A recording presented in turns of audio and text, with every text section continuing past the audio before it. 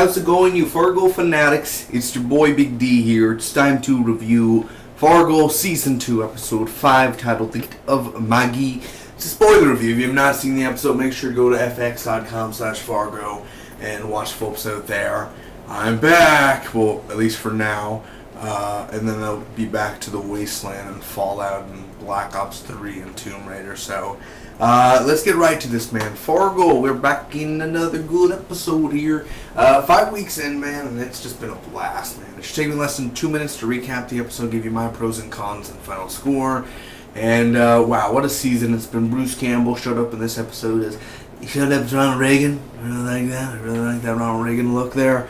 He does sort of look like Ronald Reagan. Not really. Maybe from far away you kind of be like, that's Reagan. Maybe you squint your eyes a little and sounds like that. You know, maybe. Oh, well, thank you, Sonny. You know, maybe he'll sound a little bit more there. But, you know, I still heard a little Bruce Campbell up in there. So, you know. Here we go. Let's talk about this episode, man. First off, Joe is going to go hunting with this guy, this politician, this guy who has, I don't know if it's a politician, but he has he has people he could reach and everything, so he wants to, like, recruit them on the side to get him away from the Gerhardts.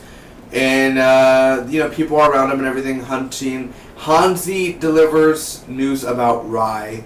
Hansi goes to the Gerhardts, obviously the farm and everything. He tells Floyd, you know, Rye's dead. He's not alive. At least that's what I've got of my information. Joe is attacked. Joe and the everyone there is attacked. It's a massacre, man. People are getting shot at, and the Kitchen Brothers. You're like, holy shit. Like, I love how the Kitchen Brothers, they don't get shot.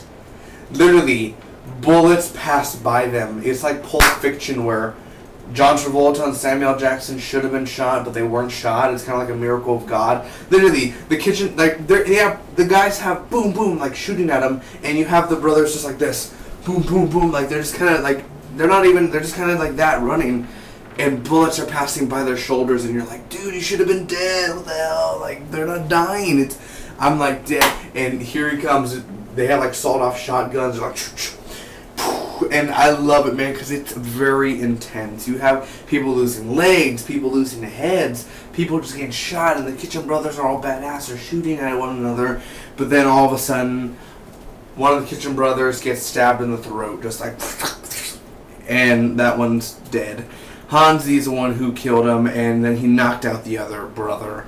I was kind of thinking, like, oh shit, did he kill him? I didn't get to see that, but it ended up turning out the other Kitchen Brother lived. So one of the Kitchen Brothers are killed. Reagan is doing a speech while all of that's going on. Lou is going to escort Mr. Reagan to the state line. Ed and Peggy are going to make things work, basically. She was thinking about maybe going to Florida, but he's like, hon, you know, it's just, I don't know. I just, we need to take a little break here. We need to just think about our lives for a second. So Floyd wants the butcher dead. Bear's son is to go with Hitman Charlie. Charlie's supposed to go with one of the hitmen to go take care of the butcher. Dodd's daughter visits Mike, and we end up seeing a part of Joe's head. Joe was decapitated. Hansi must have cut off Joe's head. So, yeah, I saw the hair and everything. I was like, oh, it's gross. Like, seriously, it's really gross. So anyway, he warns her. He's like, oh, you know what? You don't get me information of your family, I will kill you. Have yourself a nice day. And I love how the Kitchen Brothers just like literally the Kitchen Brothers is sort of like that to her the whole time. I'm like, holy, like he's all angry. He's serious. I don't know whether the Kitchen Brothers have mental problems or whether they're smart and just don't talk. I don't know, but either way, they're going to use her to get to the Gerhardts. Bear's son goes into the meat shop. He ends up talking to this girl that works there, and he meets Ed. I love how Ed comes out all like, what can I do for you? You want some meat? I love how he just walks out almost like, yeah, you have your brother right here. Literally, I was like, oh, what the way Jesse Plemons is looking, smiling and everything. What the hell? So anyway, he buys meat. He ends up chickening out. Chicken, cow and chicken. Like, look, you should have just shot him. You know, like, Oh, I like you. I just shot you in the stomach. Someone took you home with me. But boom, I shot the other person. It would have been easy as that. Come on, let's be honest. Anyway, Peggy, I have low. I gotta plug in my computer. Peggy sells her car. She just went to go get her car, guys, literally. And then she's gonna leave. She's literally going to leave her husband, Jesse Plemons, which his name is Ed. She's about to leave and everything, and she ends up changing her mind. She sells the car, which is fixed and everything. The windshield's done. She sells it to Sonny. He ends up buying it. All because he says, that's a sweet ride. Oh, that's a sweet ride that you have there, Peggy. I really like that ride. Maybe I should, I really enjoyed repairing it and everything, and maybe you just want to sell it to me. I don't know. Just go on with your day, Peggy. Thanks a lot. Hey, Sonny, do you want to buy my car? I just need some money and everything. It's kind of like, well, I could only give you $700 or whatever this says. I can only give you $700. Wow, $700. Yeah. Better beat the down payment. So anyway, Hansi and Bear, they talk, and he's like, Hansi, you're part of this family. I really like you, and I respect you.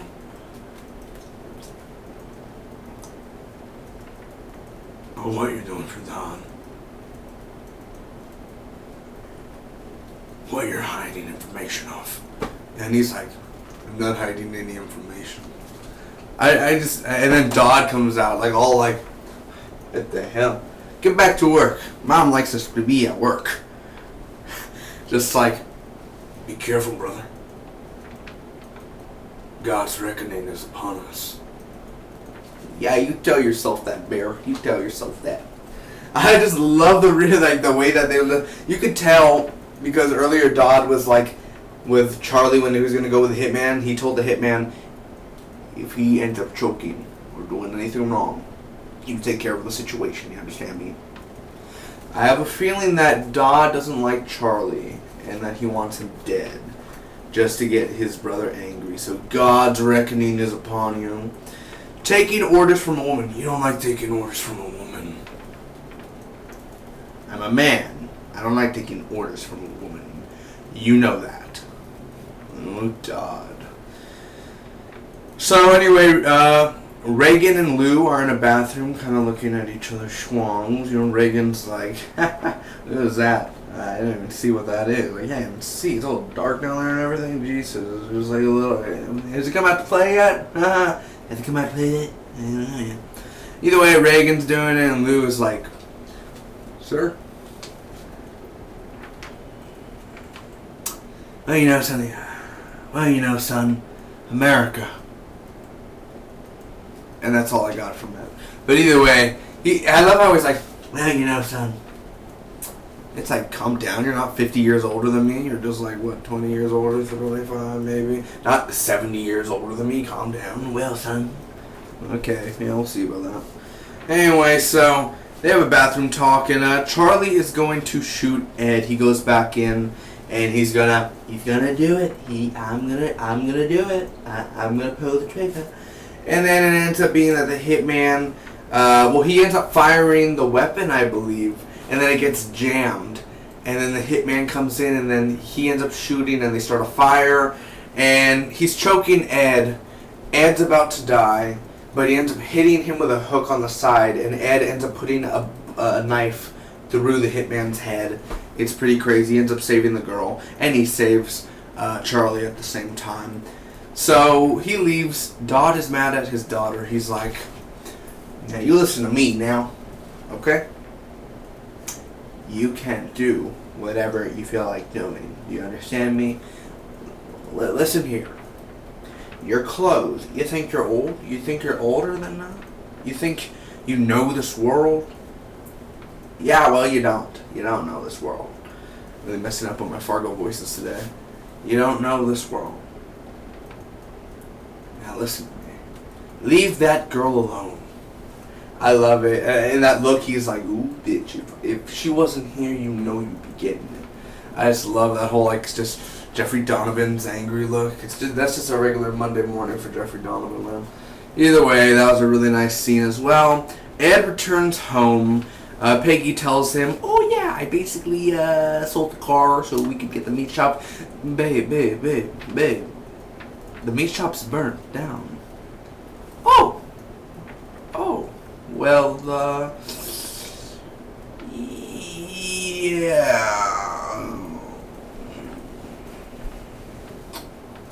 I'm gonna go get the car. I'll be back. If I'm not back within a week, then I probably left you. That's how it should have gone. But the cops arrive. You know Lou's gonna come in, and oh man, where's my gun? You know I have to be ready with Lou Sorverson here. Lou's gonna come in. He's gonna be like, Peggy, Ed, I know you did it. Now come on out. Let's have ourselves a nice civilized talk. Sorry, Lou, I can't do that. I gotta use the restroom real quick. Let me just head out back and get the toilet paper from the back shed. Okay, well you do that now. I'll be waiting here, okay? I'll be waiting. You gotta open the door though, okay? 10 minutes later. Hey Ed, you done in there?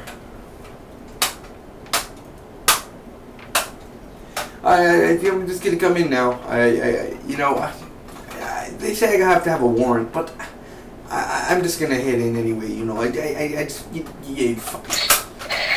he just goes in and he ends up seeing Peggy, and he's just like, bam, bam, bam. Where's Ed? Oh, I shot you. Ha ha. So I definitely see how that could go down and be like, wow. That would have been crazy. But, we are friendly people. Oh, yeah, maybe just, I guess I missed the lake now.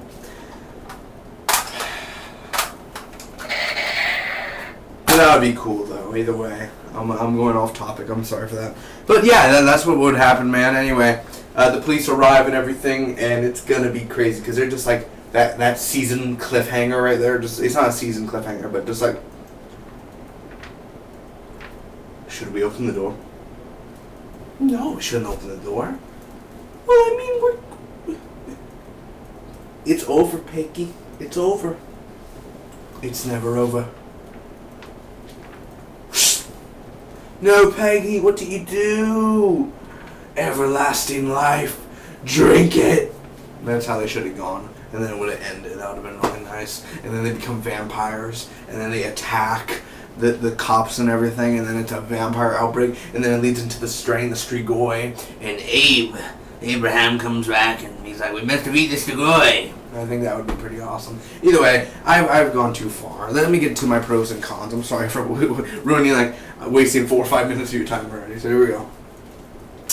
The action in here, man, is fantastic. I do have to say that the action is enjoyable. The choreography of the action is not that well done, but let me tell you, the way that Fargo does their action, of how intense it is, of how brutal it is, and how your heart starts pounding, you're like, because you're worried about the Kitchen brothers, dude. They're like, boom, like they could get shot any moment, just like he got stabbed, you know. I thought someone would come up and shoot him in the head.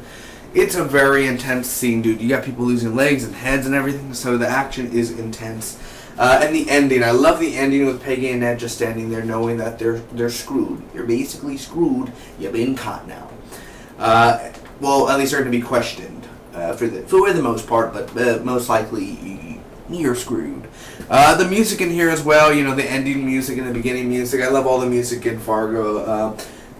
The Jeffrey Donovan in here was awesome as well. Always having those great Dodd moments, and a very quotable guy. The opening of the episode where they're going hunting, and then the action, and then Ronald Reagan doing the speech. Bruce Campbell as Ronald Reagan, he was good. He wasn't great, but he definitely had a good... I don't think he'd be the best Ronald Reagan. I think they could have picked another Ronald Reagan, honestly. They could have been a better impression, but I loved my Bruce Campbell. I'm not saying I hated him. I think he did a good job. Was good, not great again, but, you know, he did good for what he did.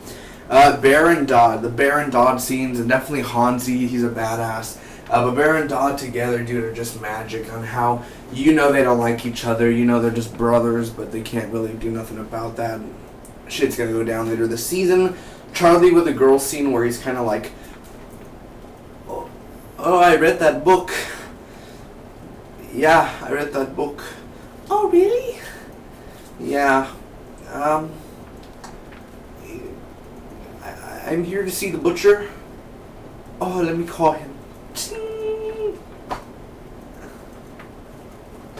Awkward moment. It's like awkward silence and everything. That'd be pretty freaking, it was pretty funny. And then he just buys the meat and he goes and he's like, I got meat though. We could cook some meat, you know.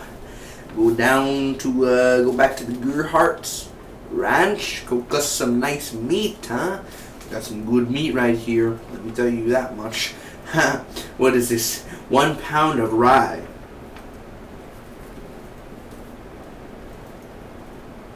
I've never heard of that ingredient, but if that's the way they do it in Fargo, who knows? I mean, Uncle Rye? Rye? What type of ingredient is this? Who knows? Oh.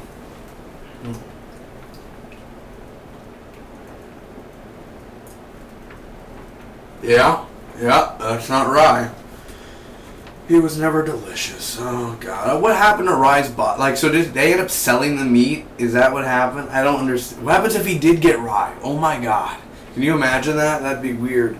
Anyway, Carl's reaction to Reagan where he started crying and everything. I'm not going to shake his hand. He made a movie with a monkey. It's not dignified.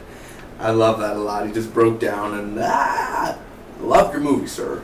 The dialogue, again, a great dialogue episode, and the meat shop burned down, the effects as well there. Now, the effect, again, the choreography, he should have been dead. He should have got shot. Ed's escaping death. That whole choreography there was really messed up, and it wasn't that well of a directed scene of the burning, and why is he standing when the fire's, like, right here, and he's like, fire. Like, you know what I'm saying? Like, it wasn't that well thought out, but for the story, like, oh shit, the meat shop burned down and everything, he ended up killing the guy, and the girl saw, he just, boom, he died. The butcher has, like, the guy's head was split open, pretty crazy.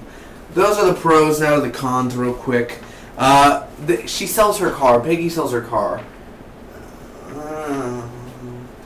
Ed should have been shot, Ed should have been dead. Hell, you know, come on now. Come on, don't play games with me here, FX. You know me. Ed should have been shot. Ed's accent sometimes, you know, he's oh honey, do you know where the toilet paper is? I need the toilet paper. But if you don't know what the toilet paper is, I'll just go back out there. Like, did you hear Jesse Plemons' accent was going a little out when he was at the meat shop and he was gonna he was talking to the girl way before Charlie came in about, oh, I want to do this in my life. Oh, but we all die. And he's like, oh, we don't all die, actually. I don't know if that's really actually really appropriate, but you know, he kind of went back and forth to his regular voice to the Fargo voice. You know what I'm saying? Like, his accent sometimes I capture that. You know, he's not like Jax where Charlie Hunnam did the Jax voice. I don't have a vision anymore. You know, I just don't have a vision anymore. Oh, I'm doing Fargo voice again. You know that British, you know that or England, UK, Liverpool type of accent. I can't do it. I can't run that. I can't do it right now. So a little of Reagan, dude. They barely showed Reagan when you think about it. Like, you're gonna escort Ronald Reagan, a guy who's running for president, and you barely show Ronald Reagan. Wow. I've been waiting 5 weeks for Bruce Campbell, and you barely show him in 3 scenes. Wow. He better be coming back this season then. So Mike is a little slow in his parts. You know, Mike was only here like in 1 scene. Wasn't that enjoyable? Peggy, you know, I don't hate Kristen Dunst. I think she's doing a fantastic job of acting and her character for this season. I think she's put a lot of dedication into it. But still, just seeing Peggy on screen, like, you know, like, you're my least favorite character, I guess I should say. As well, the other Kitchen brother died. You know what I'm saying? Like, damn, we're only 5 weeks in and you killed one of the Kitchen brothers. How crazy are you? And, you know, it's kind of, like, again, I'm kind of nitpicking there, but, you know, why? Overall, I'm going to end up giving this episode of Fargo a B+. I want to thank each and every one of you for watching. Sorry for taking up like 15 minutes of your time, but that's how we do it here on this channel now.